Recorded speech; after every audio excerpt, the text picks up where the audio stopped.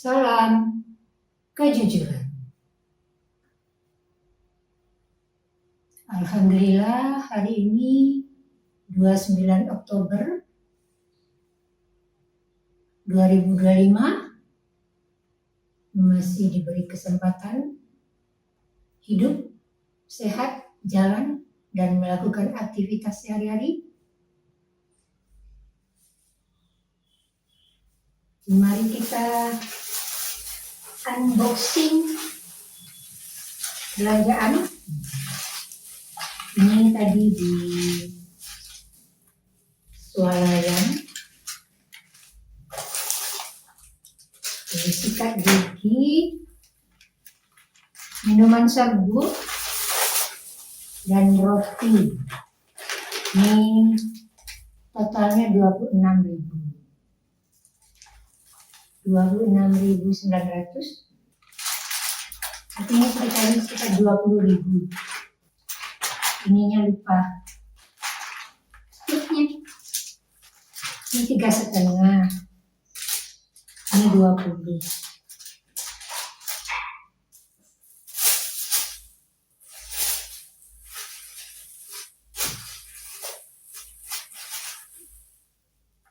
Kemudian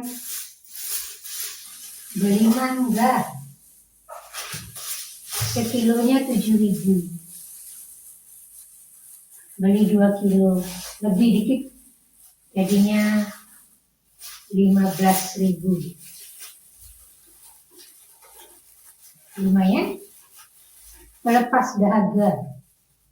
Panas-panas, minum jus mangga atau buah mangga dipotong-potong. Kemudian beli terigu. Ini terigu sekilo 8.000. Terigu yang biasa-biasa saja.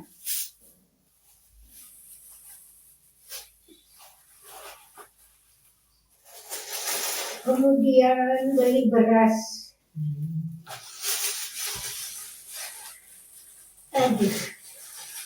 Beli beras 2 kilo, beras yang sama, seran, harganya masih tetap sama, 13.500. Alhamdulillah, yang penting masih ada yang jualan dan harga pun masih terjangkau untuk di daerah Jombang. Jadi mari kita membiasakan, budayakan kehidupan tata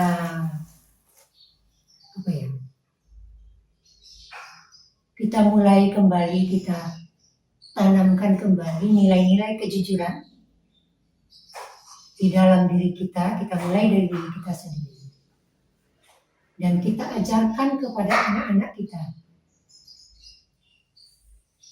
Dan kita memberikan contoh kepada mereka. Tidak hanya sekedar diajarkan, disuruh, tapi kita berikan contoh sekaligus. Kita menjadi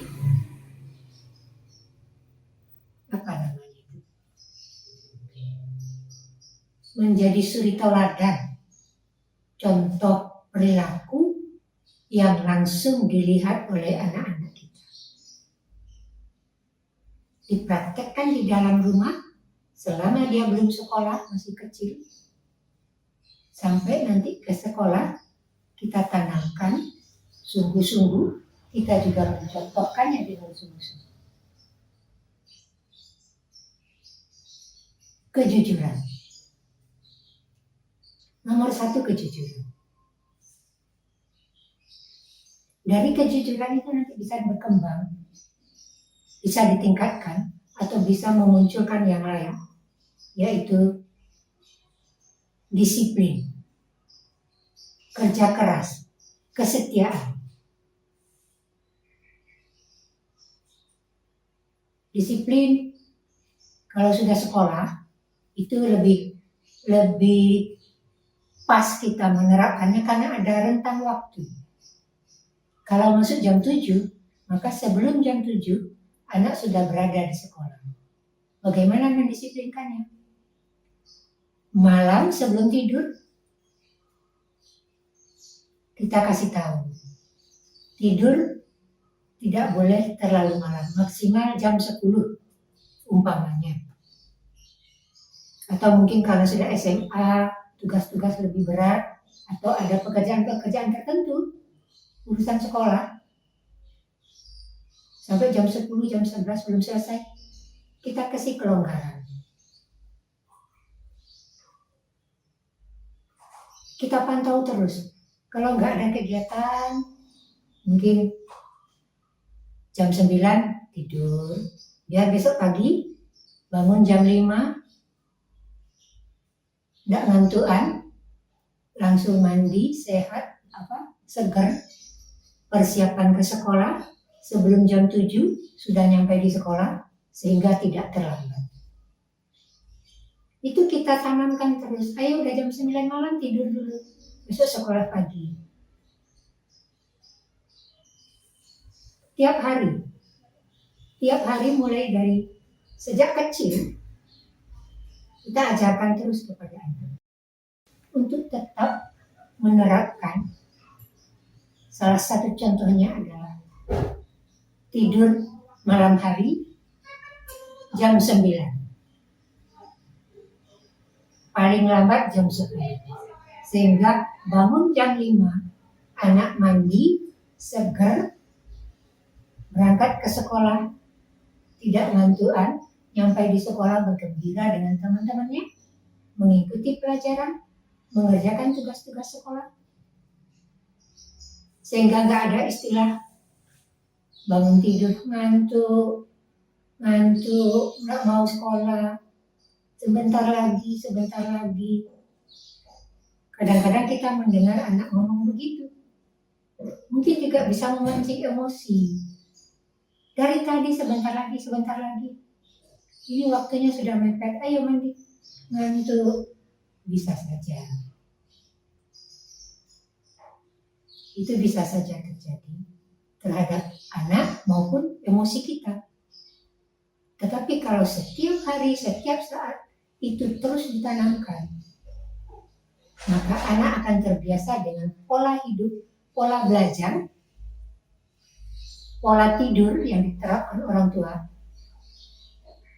Kalau tidak ada urusan sekolah, tidak ada pekerjaan lain lagi setelah jam 9 atau jam 10, tidur.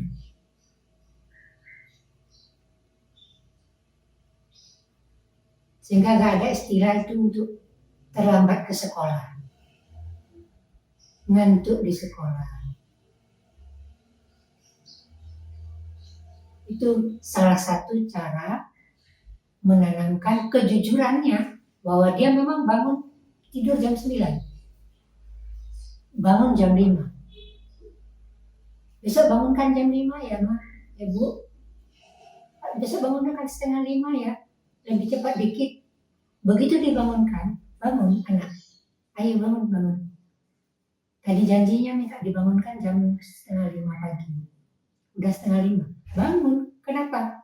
Pertama dia janji begitu, kedua sudah terbiasa bangun jam 5. Bangun setengah 5, setengah jam lebih cepat atas permintaannya sendiri. Dan kita bangunkan, dia akan sangat senang bangun sesuai dengan dijadwalkannya. Tapi di awal tidur malam, kita ajarkan jangan terlalu malam. Jam 9 atau jam 10 paling lama. Sehingga rentang tidur waktu istirahatmu itu bisa mengembalikan tenaga, emosional, cara berpikir, sel-sel tubuh yang sudah lelah, capek, bisa beristirahat pada waktunya.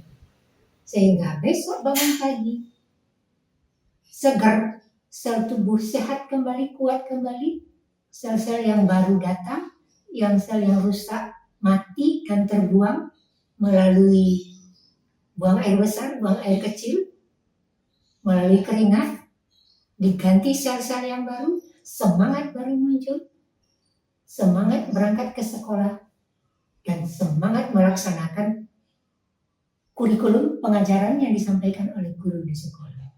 Pulangnya pun semangat, bercerita. Kita tanya, atau dia duluan bercerita atau kita duluan yang bertanya. Mana yang terjadi? Yang penting ada komunikasi antara orang tua dengan anak yang sedang melaksanakan tugas di sekolah. Begitu pula kita tanya, ada PR. Tadi belajar apa? Apa yang sulit? Kok nggak bisa? Kenapa tadi? Oh, kalau seperti itu jangan begitu, kamu ulang, jangan diulangi. Harus seperti ini. Kembali lagi, tadi berangkat melakukan apa? Ternyata cara mengerjakan soalnya salah, atau langkah-langkah dalam mengerjakan soal kurang pas, makanya hasilnya seperti ini. Jadi anak itu selalu dievaluasi, tapi dengan cara yang santai, tidak memaksa, sering komunikasi dengan anak. Itu akan memunculkan kejujuran, disiplin, bahwa dia harus melaksanakan tugas sekolah itu rentang waktu jam 7 sampai jam 1 atau jam 2. Sampai di rumah, dia melaksanakan apa yang ada di rumah selama di sekolah. Terkadang ada sebagian anak, kalau ada tugas sekolah untuk PR, sebagian mereka mungkin dikerjakan di sekolah karena ada waktu luang atau waktu-waktu jam istirahat, mungkin lagi tidak ingin belanja jajan, atau pikirannya aku buat tugas sekolah, tugas ini di sekolah saja, mumpung kalau sulit ada bu guru bisa bertanya, mumpung masih di sekolah. Kalau sudah di rumah nanti kesulitan kan bertanya pada siapa, bertanya pada bu guru tidak mungkin, bukan jam sekolah. Tapi kalau dikerjakan di sekolah, saya sampai di rumah bisa bermain. Tugas sekolah saya selesaikan di sekolah. Tetapi kalau ada benda-benda tertentu yang harus dibawa dari rumah, berarti tidak bisa. Harus dari rumah. Tugas-tugas PR, matematika, IPA, fisika yang tidak membutuhkan alat, yang misalnya besok bawa benda A, otomatis kan harus dari rumah. Tapi kalau tugas-tugas soal apa, sebagian anak mungkin punya pemikiran demikian.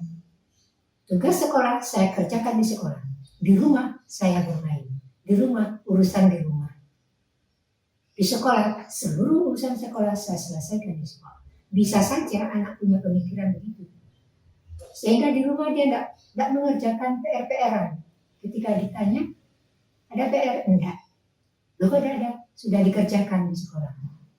Tinggal satu soal, nanti tak lanjutkan atau bagaimana. Boleh-boleh saja.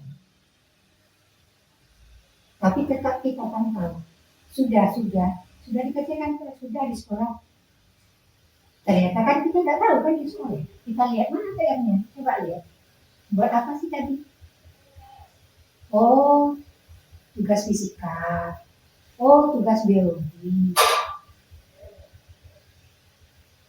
Bisa kita lihat hasilnya. Walaupun mungkin kita tidak mengerti materi sekolah, tetapi kita lihat dia mengerjakan tugas. Ada, sudah diselesaikan. Kita apresiasi, ya bagus. Kita kasih pujian. Oke, kalau begitu. Nanti kalau ada yang salah, ditanya ke bu guru. Dan tugas-tugas ini mungkin ada yang keliru. Kalau keliru diperbaiki, jangan dibiarkan, ditulis yang benarnya. Akhirnya Pak, anak terbiasa dipantau oleh orang tuanya, dia tidak merasa diawasi, dievaluasi tugas-tugas sekolahnya, tugas sekolah dari orang tua, bukan tugas sekolah dari ibu guru. Orang tua memberi tugas kepada anak untuk sekolah, untuk belajar. dengan syarat jujur. Kalau berangkat sekolah ya ke sekolah, tidak kemana-mana. Selama jam pelajaran di sekolah, tidak meninggalkan sekolah. Walaupun jam pelajaran lagi kosong, tidak ada kegiatan atau bu gurunya tidak masuk atau hal lain yang pada jam itu anak tidak sedang belajar dengan bu guru, tapi diisi dengan kegiatan lain yang pengawasan guru pada saat itu bukan dari mata pelajaran yang bersangkutan umpamanya. Sehingga kadang-kadang anak mungkin jalan sana, jalan sini, keluar kelas.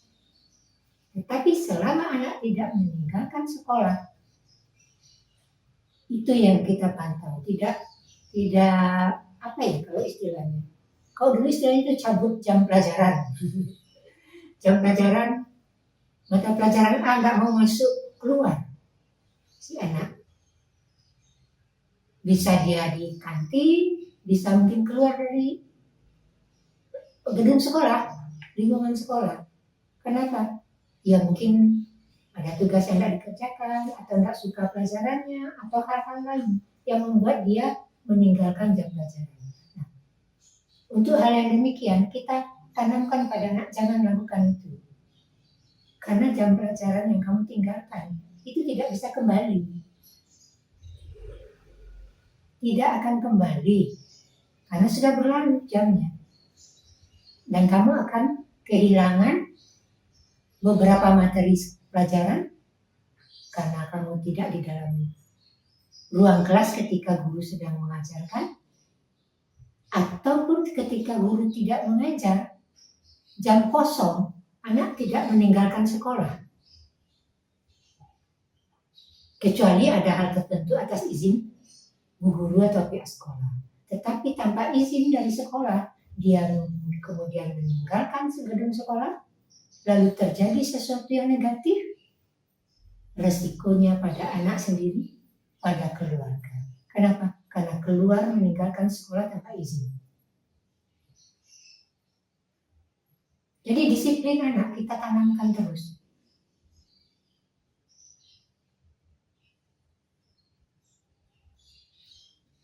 Sehingga anak ketika melaksanakan itu tak pernah menjadi beban. Kenapa? Karena sudah begitu setiap hari pola dari orang tuanya. Ke sekolah, tidak meninggalkan jam pelajaran, ujian sesuai kemampuannya, pulang sekolah, kerjakan tugas-tugas sekolah, begitu terus sampai selesai SD, SMP, SMA. Ketika kuliah pun kita pantau. Kita minta jadwalnya. Mana jadwal kuliah? Di-share, dikirim ke orang tua. Kalau perlu kita bangunkan. Ini masuk jam sekian, nanti dibangunkan jam berapa? Bangunkan jam 5 pagi. Bangunkan jam 6 pagi. Tapi kita tetap ingatkan. Kamu juga harus pakai alarm. Siapa tahu nanti ibu lupa. Atau paketannya habis, internetnya nggak jalan. Pulang kuliah siang sebelum berangkat, kita tanya, sudah berangkat, sudah di kampus, siang makan apa? Nanti sore ada kuliah lagi. Jadi selalu komunikasi dengan anak. Sejak kecil, katakanlah sejak SD kita pantau pendidikannya, SMP, SMA, kuliah pun demikian walaupun dia kos. Hidup sendiri, keuangan diatur-atur sendiri. Mencuci sendiri, makan dibeli sendiri keluar, atau pulang dari kampus langsung beli makan, dibawa ke tempat kos. Sudah pulang kuliah kita tanya, sudah pulang, sudah di kos, beli makan apa? Tugas-tugas jangan dilupakan. Jadi selalu dipantau sehingga anak merasa nyaman, tidak merasa beban kalau ditelepon oleh orang tuanya atau dicek oleh orang tua. Ibuku, mau nanya apa lagi sih ibu ini? Misalnya ya. Atau ditelepon, aduh ibu nelpon, ntar lagi sedang sibuk, sedang buat tugas, langsung tidak dijawab, tidak diangkat. Kenapa? Karena komunikasi sebelumnya tidak dibiasakan berkomunikasi dengan antara ibu dengan anak, orang tua dengan anak. Bisa saja ketika dia kuliah muncul, aduh nanti bentar lagi sedang bikin tugas nih, dimatiin aja dulu, nggak usah diangkat. Tetapi kalau hal itu sudah terbiasa kita lakukan komunikasi dengan anak, kita yang merasa kepingin terus, jam berapa dibangunkan? Jam 5 kita sudah bangun duluan. Kita bangunkan, ayo sudah jam 5, nanti kuliah pagi. Ayo sudah jam 6, nanti kuliahnya agak siang. Jadi selalu dipaksa walaupun dia kos sudah kuliah. Tetap karena ada alat komunikasi. Jadi di situ kita bisa memantau anak ini jujur apa enggak, disiplin berangkat ke kampus apa tidak, mengerjakan tugas-tugasnya apa tidak. Dan itu bisa kita lihat nanti dari IP-nya. Indeks prestasi, nilai-nilainya satu semester berapa nilai? Sekian, oh ya alhamdulillah. Kalau mau lebih bagus bisa tingkatkan lagi cara belajarnya. Jadi selalu kita mengapresiasi apa yang sudah dilakukan anak. Kita kasih balikan yang positif. Kalau kurang kita kasih tahu solusinya seperti apa atau didiskusikan. Itu tempat kosnya, internetnya kurang bagus. Nah solusinya gimana? Mungkin pakai kabel dari pusatnya yang ada di rumah itu, di rumah tempat kos barangkali bisa. Coba ditanya bapak kos, ada enggak masih saluran untuk bisa sampai ke kamarmu. Jadi diskusi terus dengan anak, walaupun dia kos, sehingga tak ada namanya terpisah jarak, terpisah ruang. Tetap selalu bersama, walaupun dia di luar rumah, di tempat kos. Jadi itu selalu kita tanamkan kepada anak. Oke, memang gampang mengucapkannya, tapi sulit melaksanakannya. Tapi ingat, di balik kesulitan ada kemudahan. Dengan kejujuran, kita sadar sesadar-sadarnya bahwa segala sesuatu berasal dari Allah dan kembali kepada Allah, dan kita bertanggungjawabkan. Setiap hari kita introspeksi diri, bertobat, memohon ampun kalau berbuat salah, dan diberi kekuatan untuk meninggalkan kesalahan itu selama-lamanya. Dan perbuatan yang baik semoga diberi kekuatan oleh Allah untuk tetap berjalan di jalannya, di garis kebenarannya. Kita laksanakan semua perintahnya dan kita tinggalkan semua larangannya agar menjadi hamba yang tunduk dan patuh melaksanakan semua perintah Allah dan meninggalkan semua larangannya. Menjadi hamba yang berserah diri totalitas hanya kepada Allah. Salam kejujuran.